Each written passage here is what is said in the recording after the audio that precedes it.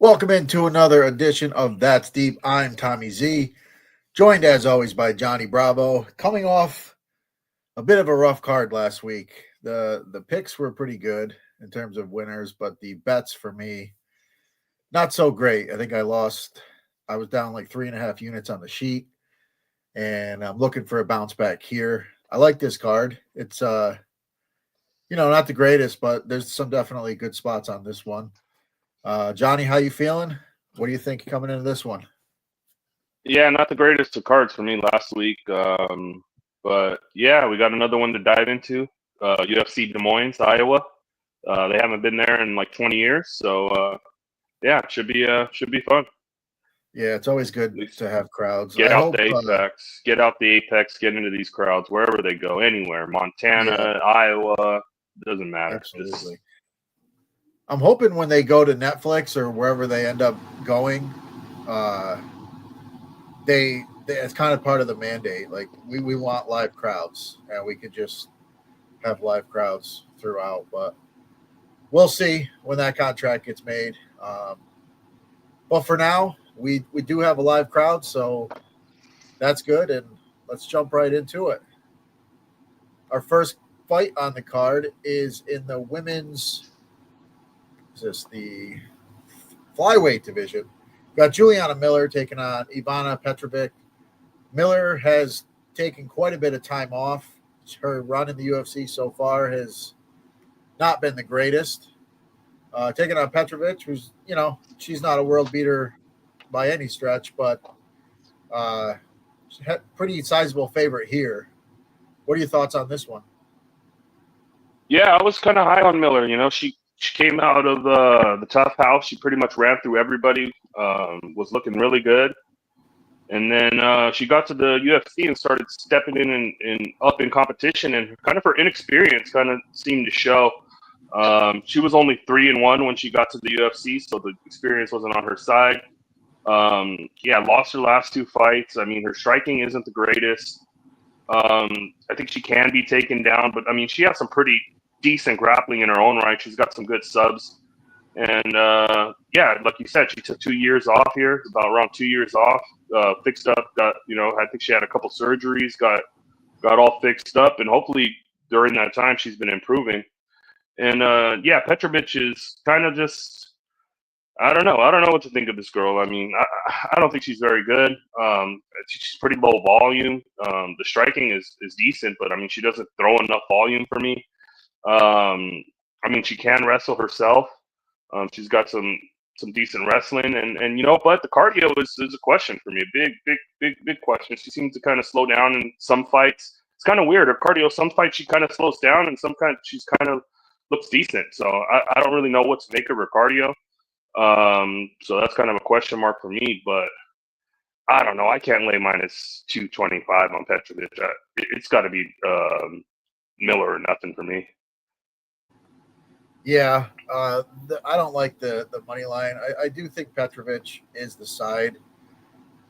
Miller coming off some injuries. She's had the time off. She's pretty rough around the edges, but she does fight. I mean, she will fight for your money. She will scrap.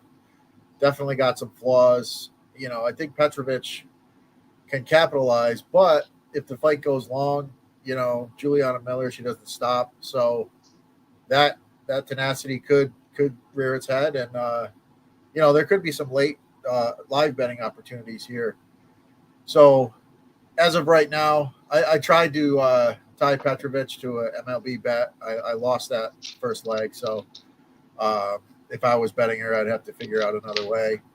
But yeah, Petrovic the side for me here. I do think she wins, but yeah, I mean it could get ugly, and definitely some live betting opportunities, I think, in this one.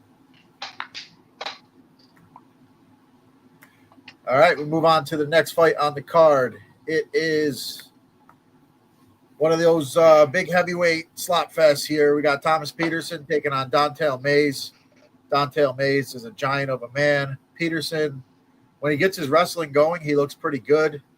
He's got some decent boxing, a little bit sluggish on the feet, but so is Mayes.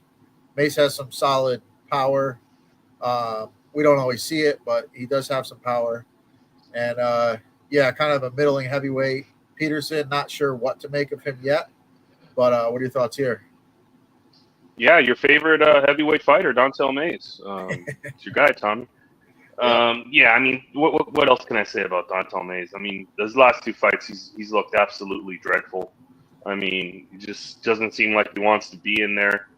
I mean, looks like he's been coming in pretty much just over shape, like over, out of shape. He hasn't been training, and then he gets in yeah, there and back to back heel hooks. Like, I mean, how do you let that happen? I mean, right, that's pretty like crazy. But I guess he does have some power in his hands, and he has some. I mean, I want to say decent striking, but I mean, I don't know the word to kind of describe it, but he's just. I don't think he's very good. I don't think he cares.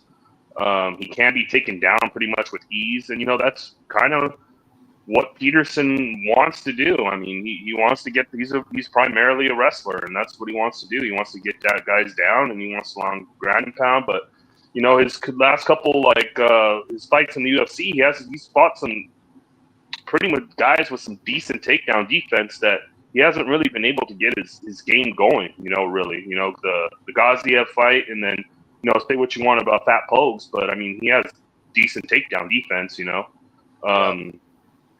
So, I mean, yeah, I mean, it's Peterson for me. It's just probably put Peterson in a parlay. It's just, do I think he finishes him? I don't know. The sub looks kind of interesting just because Dontel's been heel hooked so easily the last two times. I mean, if he gets heel hooked again, I mean, I don't really know what to say, but yeah, I can't bet on Dontel Mays. The guy just doesn't look like he wants to be there and just doesn't look into it. He's just collecting a check, and he's probably gone if he loses this one. So he's probably fighting for his job. So yeah.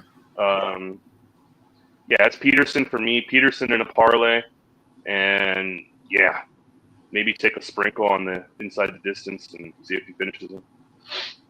Yeah, I think there's a possibility for the finish.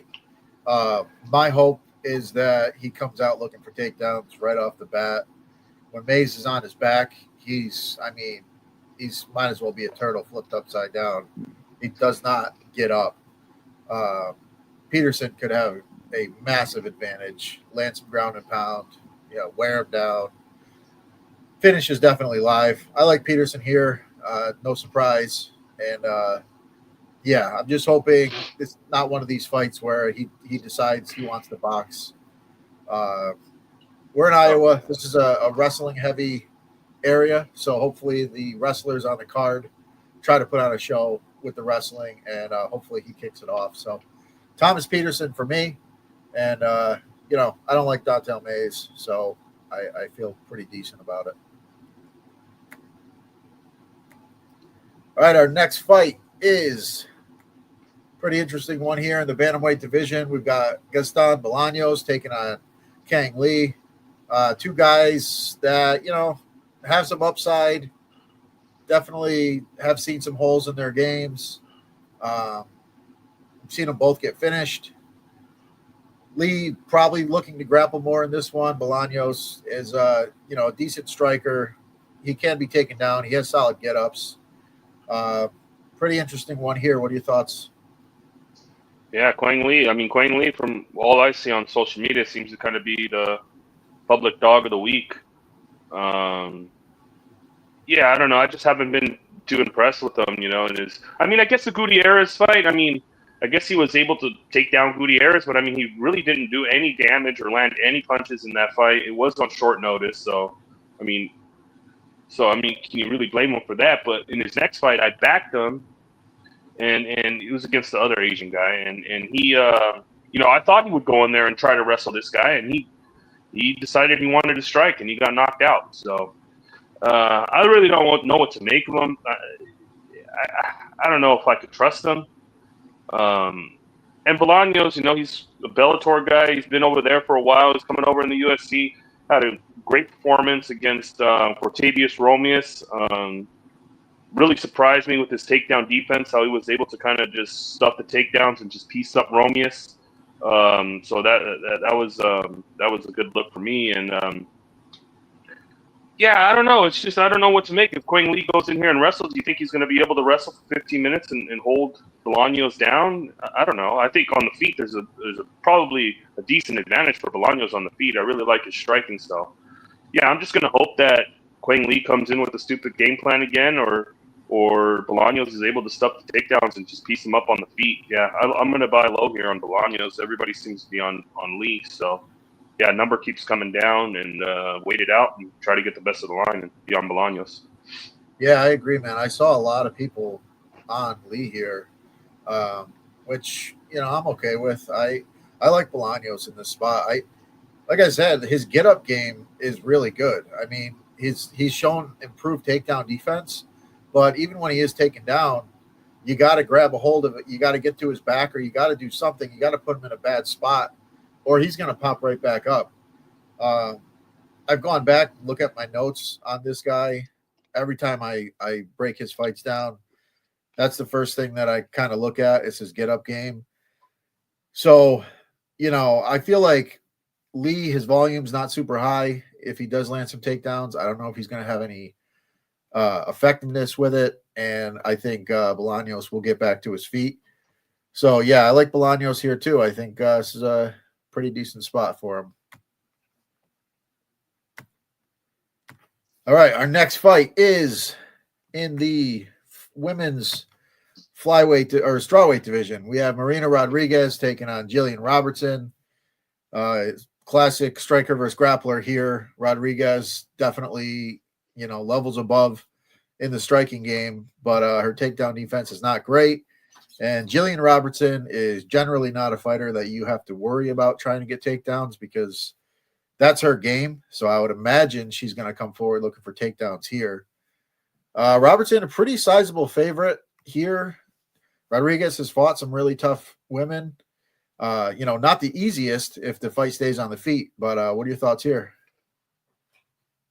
Yeah, I mean, Rodriguez is levels above in the striking department. I mean, I think if this is on the feet for 15 minutes, I think Marina probably wins fairly easily. But her takedown defense is pretty dreadful. I mean, and the pace and the pressure that Robertson is going to push, he's going to be coming at you for 15 full minutes. And I don't know where Marina's at. She's getting up there in age. It seems like this might be her last one. I don't know. I thought I'd seen something say that this is the last one or something. I don't know. I thought I had heard something like that, but yeah, I don't know where she's at. She's getting up there in age, and the takedown defense is that's the big concern here for me. If this is on the feet, if this is a boxing match, then I mean this is Marina all day. But Robertson, she's been really making some good improvements. She's been with Dean Thomas, and and she's been really trying to she's getting the takedowns, and instead of laying on top, she's looking for finishes. She's landing ground and pound. She's looking for subs. She always seems now when she's on the ground to be consistently looking for the finish, which is something that I like because she should have a lot of ground control time here. Yeah, I think it's pretty easy. If Robertson is getting the takedown, she's just gonna just pretty much run through Rodriguez. And if she's not, then she's going to get pieced up. But I see her being able to get the takedowns pretty easily here. I already have Robertson in a parlay with another fighter we'll be talking about later. So, yeah, it's Robertson for me. And then, I don't know, maybe she can get like a late finish or something. Maybe she can get the finish. Yeah. But definitely think she wins the fight and gets her way. Yeah, the submission's always live with her. And she does like the ground and pound. I when you were talking about it, I think she was the one that when the 12-6 elbows were legalized, she was excited to use them. She used them in her next fight. I believe it was her.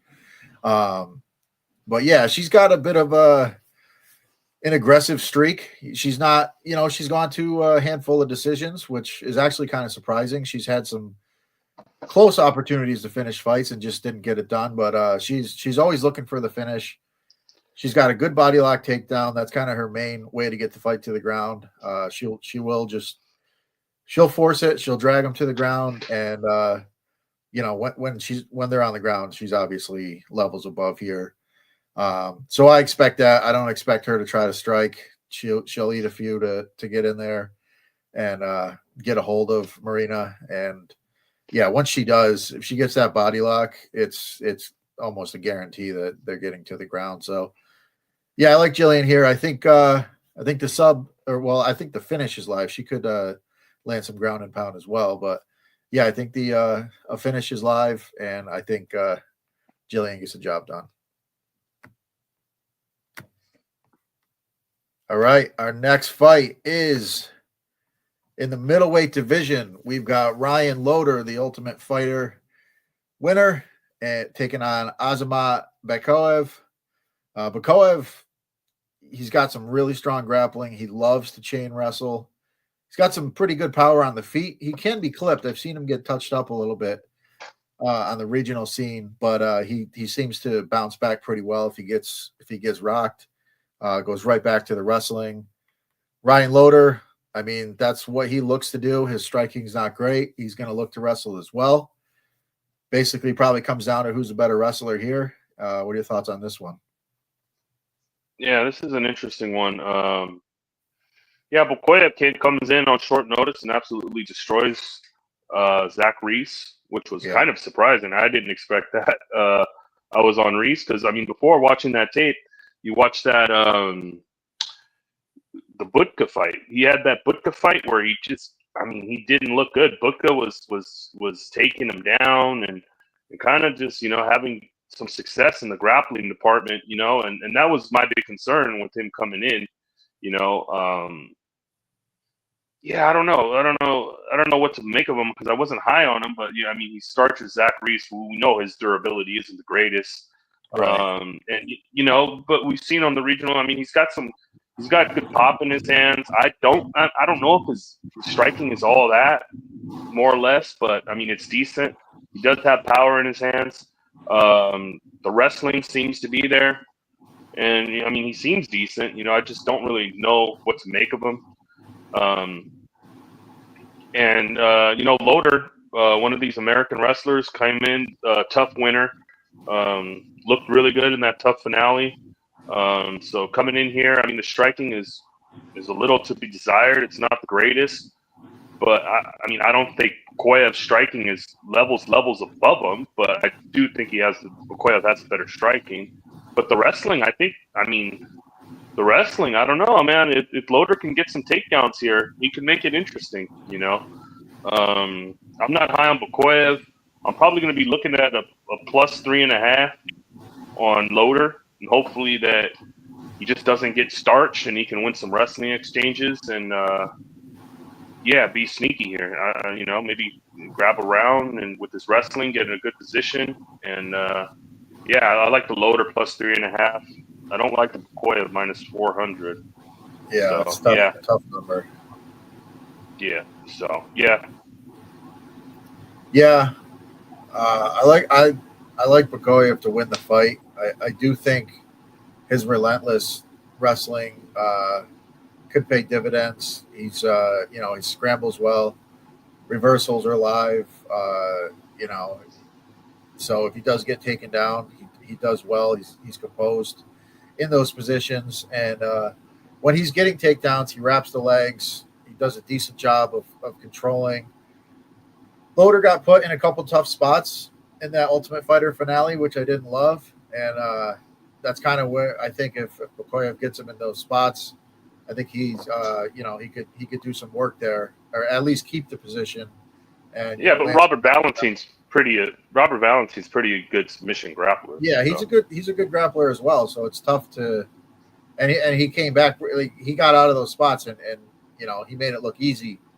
Once he was back on top, so it's really tough to judge. We haven't seen a lot of either one of these guys at the UFC level, so this is a pretty good test here. I think the minus 400 is pretty crazy, but I'm going to have to go with Bakoev here. Maybe look at the overs because I do think they're probably going to be back and forth on the ground. And yeah, like you said, the plus 3.5, not a bad look because there's a very good chance that this one goes all 3 rounds. Over 2.5 is minus 125. So yeah. So yeah, it's not a bad look. I don't think we've got the plus 3.5 No, I yet. don't have it But yet on this one website. I'd have to look they for it. did have a lot of props though when I was looking. So there may be actually. I'll log in as we're moving on here. But yeah, I think that's. Yeah, I don't think that's a bad look. I think there's a lot of unknowns with both of these guys. I think Makoyev has the game to get it done, but yeah, it's going to be a good one for sure. All right, we'll move on here. I'll look that 3.5 up as we're going. We've got a women's bantamweight bout. We've got Miesha Tate, who's been around forever, taking on Yana Santos. Tate getting up there in age. I guess they both are, so age isn't really that much of a factor here. Tate, she doesn't fight often. Probably looking at maybe 1 or 2 fights before she wraps it up, but you probably could say the same thing about Santos. I don't know about that. She's You talking don't about think? fighting Kayla. She's talking about fighting Yeah, but Kayla. that's the thing. It's like if she has a good win here, and she could put herself in line for a title shot because the division is not great. But I think that's probably it. Like she gets big win here, maybe another win after that. But I wouldn't be shocked if Kayla and Miesha were facing off, towards the end of the year or at the start of next year.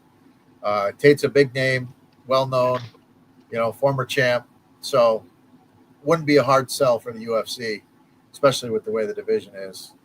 But they're both getting up there, so you never really know. And Tate, obviously, we know she likes to wrestle. We've seen Santos taken down and controlled in the past.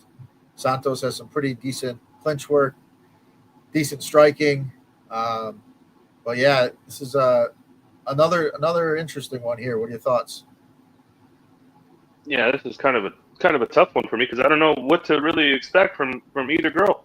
Miesha Tate. Yeah. I mean, the last time she fought was almost 2 years ago against Julia Avila, and I mean, she looked like a world beater in that fight. She took her down and just absolutely smashed her. I think got like 2 10-8s and finished her in the third. I mean, she looked really good, and then she takes the time off, and we haven't seen her in a while. So I mean, here she is. We know she likes to get the wrestling going. The striking is not the greatest, but I mean, really good heavy grappling, really good top control, really good wrestler. Been around the block. We pretty much know what we're getting out of Miesha already. I mean, it's not too much she can really improve on.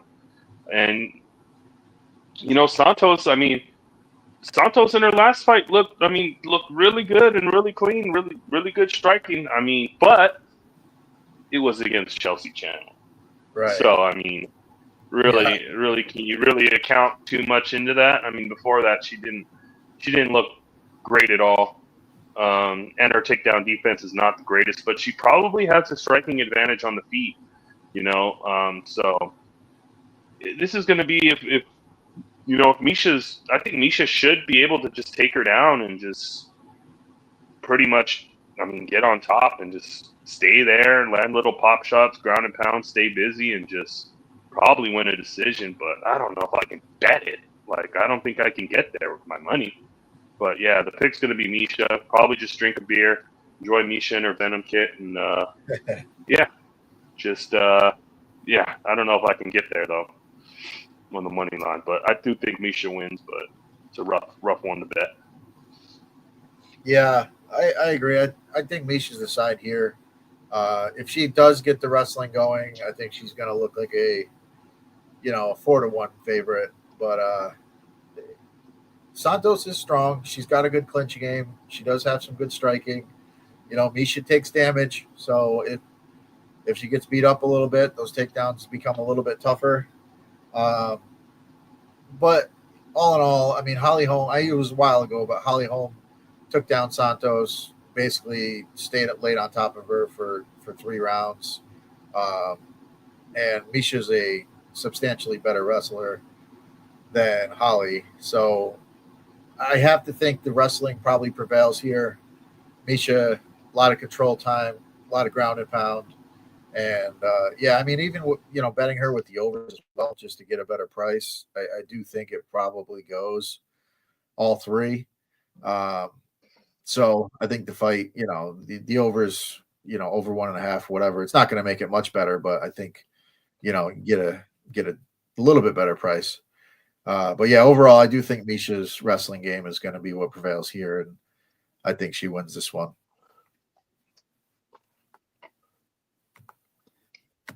All right, our next fight is in the lightweight division. We have two fighters returning. I don't know if we've ever seen that, where two fighters leave the organization and come back to face each other in their first fight back. Jeremy Stephens, obviously, many hardcore fans know who Jeremy Stephens is. He's been around forever. He used to be, fought in the lightweight division for a while, dropped down to 145. Had a pretty rough run his last 5 fights in the UFC, lost 5 straight. Done some bare knuckle stuff. He's looked good in bare knuckle. It's kind of, he's kind of one of those guys that's built for bare knuckle. So no surprise there. Taking on Mason Jones, he's big kid, strong, got pretty well-rounded game.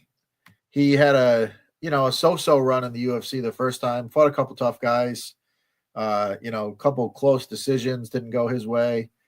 But he looks, he's been on a nice run over in Cage Warriors, coming back, trying to make a name for himself. He's still young. What are your thoughts on this one? Yeah, it should be a fun one. Jeremy Stephens coming back. Rough run in the UFC, gets cut, goes to PFL, and looks like shit in MMA, and then goes and beats Jose Aldo in a boxing match, and then goes on to bare knuckle and looks great. It's kind of crazy. He beats Jose Aldo in a boxing match. Pretty wild to me. Pretty wild, yeah. Yeah, he's looked good in the boxing where he doesn't have to worry about someone taking him down, because that's probably one of his biggest flaws is his grappling and his submission grappling. The takedown defense isn't great. We've seen him sub. We've seen him sub before in the UFC. So submission defense isn't the greatest, but he's a junkyard dog, and he's gonna bite down. He's gonna throw bombs when he can, and he's going to try to put your lights out. I think this is I think he signed maybe a one fight. I was hearing a one fight deal. I think it was. Yeah. So, and then he'll just go right back to bare knuckle. This is hometown. I think he was born and raised in Des Moines. So, yeah. It makes sense. Dana likes the guy. So, why not bring him back for one fight in Des Moines card,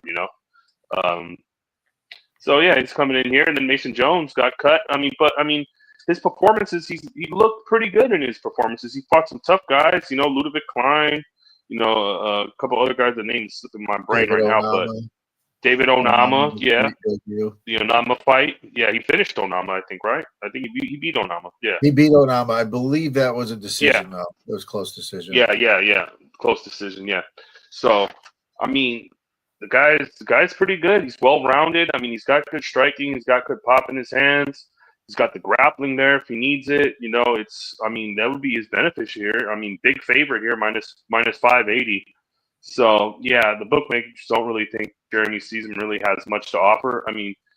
Jeremy Stephens is always going to have somewhat of a puncher's chance just because he has that power. But, yeah, I think Mason Jones pretty much neutralizes him here and it takes him down and probably finds the sub. So, yeah, I'm on the fight doesn't go here. I'm on the sub at 250. I think I got the sub at 250 and the fight doesn't go.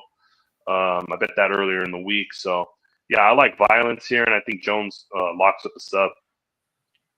Yeah, I agree. Pretty much everything you said there. It's spot on. Yeah, Jeremy's got that one punch KO power for sure. But Mason Jones has never been stopped in his career. He's never been knocked out. He's never been subbed. So he's a pretty durable kid. And in all reality, he should have a decent size advantage in this fight. He's definitely the more well-rounded mixed martial artist. Much younger. It's a good spot for Jeremy Stephens. Make some money. The guy's making money in all these one-off fights, so you got to give him credit. You love to see it for these older guys getting opportunities to make money on their way out. Absolutely. Destroyed Eddie Alvarez. Yeah, I wanted to bet that because he was the underdog in that fight, and I just knew it's bare knuckle. It's he's built for it, and that would have been a nice spot. But he'll probably go right back to bare knuckle, make some money over there, and Hey, it'll be a fun he fight. signed to the GFL too, so you can always Yeah, go over there. but If I that, if, don't think we're ever going to see a GFL fight no, ever, but we'll see. We'll see. no. But yeah, I think obviously Mason Jones is the side here. Feel pretty good. His well-rounded skills, and like I said, the fights that he lost in the UFC were pretty good fights, and he looked decent in his first run, and mixed martial arts wise, the guys that he fought are at a much better spot than what Jeremy Stevens is right now. So yeah, Mason Jones. There's a pretty good chance he finds a finish in this one. So that'll be the play. I do like the unders here. And the plus 3.5 on Loader is plus 150. Love it. So not bad. All right, the next fight is in the bantamweight division. We've got Cameron Smotherman taking on Series City. This is an interesting one here. Smotherman looked pretty sharp in his last fight. His boxing looked on point, and he moved well. One thing I worry about with this kid is his chin. I've seen him get wobbled in a lot of his fights. He's been knocked out a couple times. Taking on City, who I don't know what to make of this guy. I think he's pretty good. He's got decent striking. He definitely will get hit as well. He's only got one sub on his record, but he does have some nice sub attacks. He's got a really nice Darce. Pretty long, lanky, big kid for the division. Good fight here, I think. It'll be a fun one for sure. What are your thoughts on this one? Yeah, this should be a banger. These guys should be standing and training and going to war. I was really impressed with Smotherman's last fight against Jake Hadley. He really put together in a great all-around performance, pretty much pitched a shutout. It was really fast combinations, really, really good combinations, moving up from the body to the head, really mixing it up really well. Hadley really didn't know what to do. He looked really good, but he's got the speed, he's got the striking. Takedown defense, I think, could be a little bit suspect at times, but I don't think he really has to worry about that here because City pretty much likes to stand and bang. So, and then Smotherman, we've seen his chin. He has been wobbled. He did get knocked out on the Contender Series, but, I don't know. Anybody can get chin, but. I like what I've seen in his last fight. And City is just, man, I don't know. I backed this guy in his last couple of fights, and I don't know if I can do it anymore. This guy is just so reckless. Literally, no defensive, mindset at all.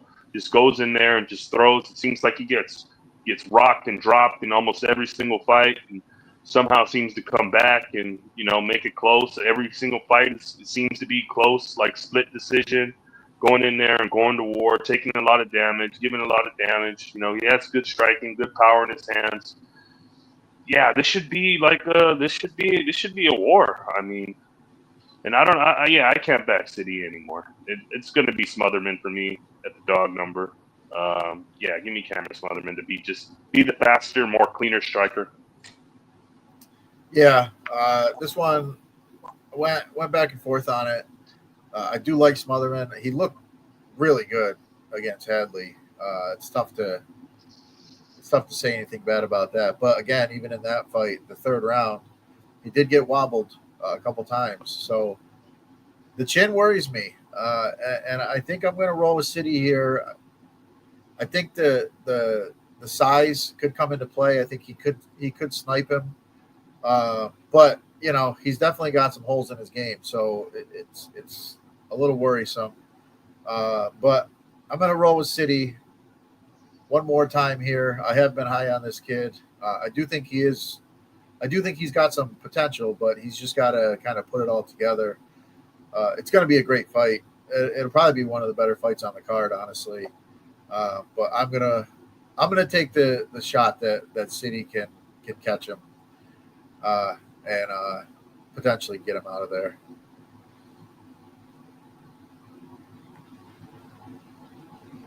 All right, our next fight is another good one. Got Montel Jackson taking on Daniel Marcos. Another bantamweight bout here. Montel Jackson is an absolute giant for the division. He's got massive power. He's dropped, I think, his last 7 or 8 opponents.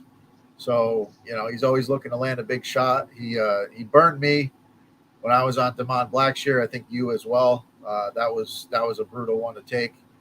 Um, Taking on Daniel Marcos, who's undefeated, 17-0. He's had some close calls so far in the UFC, but he's found a way to stay undefeated.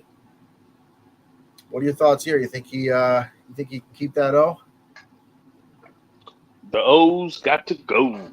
I really like Michael Jackson. Yeah, I was on him in against Blackshear. Absolutely nuked him, starched him, Oh, sent you him were to on him. outer Okay. space. Yeah, I was on Jackson, and yeah, I mean, I like Jackson. He's a well-rounded guy. I mean, love his boxing, straight combinations right down the pipe.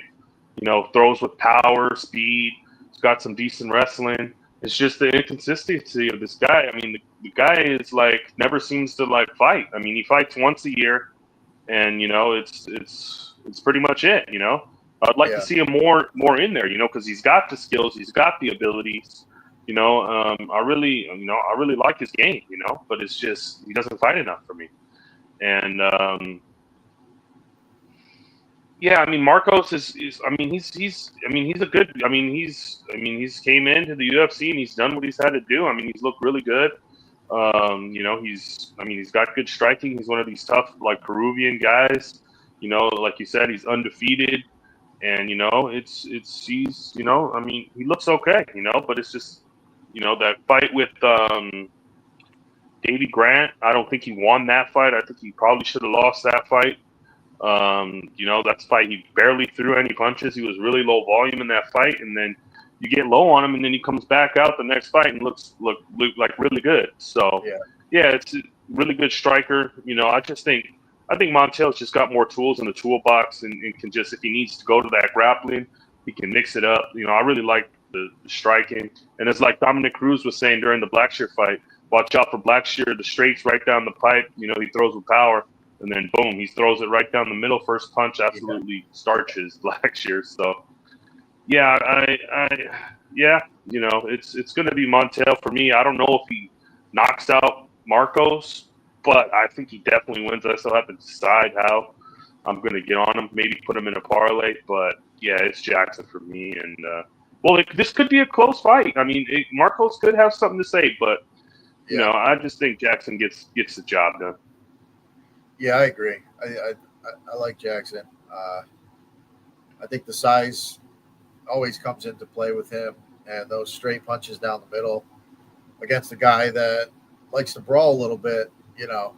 He's going to be there to be hit. So yeah, and Jackson does have he does have a grappling advantage, and he's got some submissions in his back pocket. So yeah, I think Jackson is the side here. And it wouldn't shock me if he knocked him out. The dude's got power. He's got, he might have the most power in the bantamweight division. He drops everybody, hurts everybody. So, yeah, I like Jackson here. Yep. All right, our next fight is in the welterweight division. We got Johnny's favorite fighter, Daniel Rodriguez, taking on Santiago Ponzinibbio. Two guys that I don't like betting on either of these guys at this point. Both pretty good strikers. I would expect they just probably stand and trade. What are your thoughts here? Yeah, this is a battle of who's washed up more. I mean, I think both these guys are pretty much washed. D-Rod just hasn't looked. I mean, he's looked like shit in his last few fights. I mean, low volume. I mean, just doesn't look like he just looks like an aging fighter in his last couple of fights. And he looks like he's falling off a cliff. But he does have decent boxing. Yeah, but that's about it. I fully expect this to probably be a striking match, and it's yeah. As you know, I'm not. As everybody knows here on this channel, I'm not a D-Rod fan, Yeah, but I mean, And then Ponzinibbio is one of these guys who I think he's done, and he just always comes you'll fade this guy, you'll be winning, and then out of nowhere, boom, this guy just fucking surprises you, and you lost your bet when your bet looks good.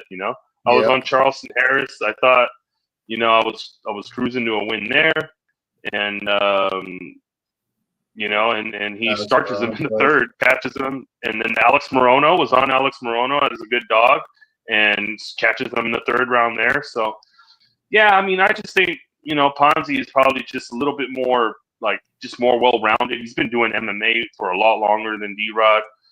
So, yeah, the skills, I think, are just there. I think he's probably got the grappling if he wants to go to it, Yeah, and then D-Rod's fighting tooth and nail, going split decisions with Alex Morono, and has not looked good. Just looks slow and plodding, and just not looking good. So, this battle of who's washed more. Give me Ponzinibbio.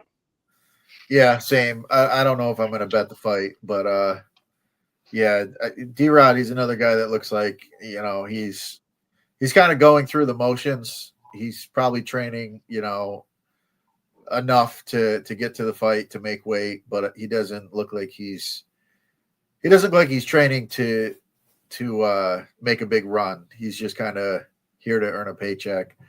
But Ponzinibbio, he had some health issues 2 or 3 years ago that kind of stunted his, run in the UFC. But he's had some decent performances, but nothing to get too excited about. But the one thing that you have to give him credit for is he's never out of a fight. I mean, can even go back to the fight. God, I can't remember the kid's name. He was a huge prospect. I think he was undefeated. He was picking Ponzinibbio apart, and then Ponzinibbio put the pace on him. Ended up winning rounds 2 and 3 in that fight as well. So that's kind of what he does. I mean, he'll fall behind in a fight, but he'll keep going. He'll keep a pace up, and that's probably what we'll see here. D-Rod might have a little success early, but Ponzinibbio down the stretch probably out cardios him, outpaces him, and that's going to be that. So, yeah, Ponzinibbio for me, but I don't know. I don't think I'm going to bet this fight. Yeah, I mean, these guys are both pretty much just, yeah. Yep. All right, our next fight is in the middleweight division. This is a interesting fight here. We got Renner de Ridder taking on Bo Nickel. De Ridder, I mean, his game is grappling. That's where he's strong. He's not a good striker, but he's a big dude. He's fought at 205 over and won. He's a 2-weight champion over there. He's got really good grappling, really good submissions. Taking on Bo Nickel, who I don't know what to make of him. Sometimes he's a high fighter. He's a high IQ guy, and he approaches these fights with with an intellectual process. But I don't know if he's maybe not as good as I thought he was, or if he's just kind of trying to learn on the job. And like his last fight, he stayed standing for 3 rounds, got that experience in.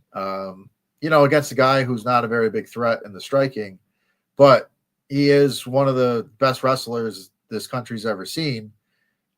We haven't seen him really dominate, the last few fights with his wrestling. He's just kind of, I don't know. It just feels like he's going through the motions. So I don't know what to make of him. But what are your thoughts on this one? Yeah, this is an interesting one. So it's like, Bo, I mean, big favorite all the time, and he's been getting the job done. I mean, the Brundage fight, he kind of played with them around a little bit, and then found the sub in the second round. I mean, usually he's getting guys out of there quick, but he doesn't really have the experience. And like you said, he's probably learning on the job. And his last fight with Paul Craig, yeah, I mean, it wasn't the greatest performance, but I mean, do you really want to take down? Everybody expects, to see his wrestling and get his wrestling. Do you really want to get Paul Craig on the ground when, I mean, he actually has absolutely no striking on the feet and has no chin? Right.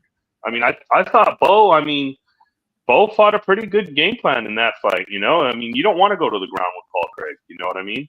Yeah. So, you know, I mean, he's got. I mean, the striking seems to be needing some improvement, but you know, he throws that big overhand right, and he has some pop in his hands, and it looks like he's improving. You know, we know the wrestling is going to be there. Right, we don't have to worry about that. It's just on the feet. You know, when he steps up in competition, these guys, you know, can he be able to strike with these guys on the feet? And I think maybe that's what he's trying to do. You know, but yeah, you know, he's pretty much learning on the job. You know, but he has all the tools. You know, I think he has the potential to get up there in the division. And you know, Reiner de Ritter is like, you know, I was really high on him coming into the UFC just because his one credentials and just watching him in one, and you know, he had some good fights, and you know, he was a fun guy to watch. You know, but that GM3 fight was kind of disappointing. You know, I mean, GM3, I mean, he's a tough guy, but I mean, it's like, hey, you gotta be better than that. You know what I mean? But you know, he ends up getting the late sub. He did seem to tire out there in that fight, you know, but somehow he GM3. So, you know, he got him out of there with that round 3 stub. And then his next fight against Kevin Holland, he just absolutely runs through him, slices right through him, like, you know. So, yeah, I would think the game plan for de Ritter here de Ritter's striking is pretty shit, you know, and I think his chin can be cracked. I think it's pretty suspect. Could be pretty suspect, his durability. No, but I mean, he's got really good grappling, really good submissions, you know, good slick back takes, you know. Yeah, this is one for me where it's Bo Nickel for me right here. I think Bo Nickel could take him down and kind of just, you know, overpower him on top or even on the feet. I think he can catch him with something big, you know. Yeah, so it's going to be Bo Nickel. I already bet Bo Nickel. That's the other guy I put with Julian Robertson. I put Bo Nickel and Julian Robertson together in a parlay. I love that. And yeah, I think Bo gets the job done here, and yeah, we move on. Yeah, I agree. I'm just waiting. Like, are we going to get that explosion one of these days where all of a sudden he just, you know, he goes back to the wrestling well and just shows everybody, you know, what he really brings to the table. Not sure this is the fight to do it, though. I mean, again, he's fighting another guy who you get him to the ground, and while his wrestling is incredible, and that usually keeps guys safe, you know, any mistake, he could find himself in a sub, so you don't want to take chances. So we might see him strike again. And, you know, I thought his striking looked pretty decent. He, for a guy that he's really been fighting for a few years, had no striking background. Obviously, he's got a lot of ground to make up. So if he's going to fight a guy who's a credentialed grappler, you know, maybe he will keep it on the feet and look for that knockout. And I think it's definitely possible. He's got some power in his hands. He's got some decent boxing. He's coming along with that. So yeah, I think might be a little bit similar to the last fight, but yeah, I think he's got the goods to get the job done. So Bo Nickel for me as well. All right, that's going to bring us to our main event.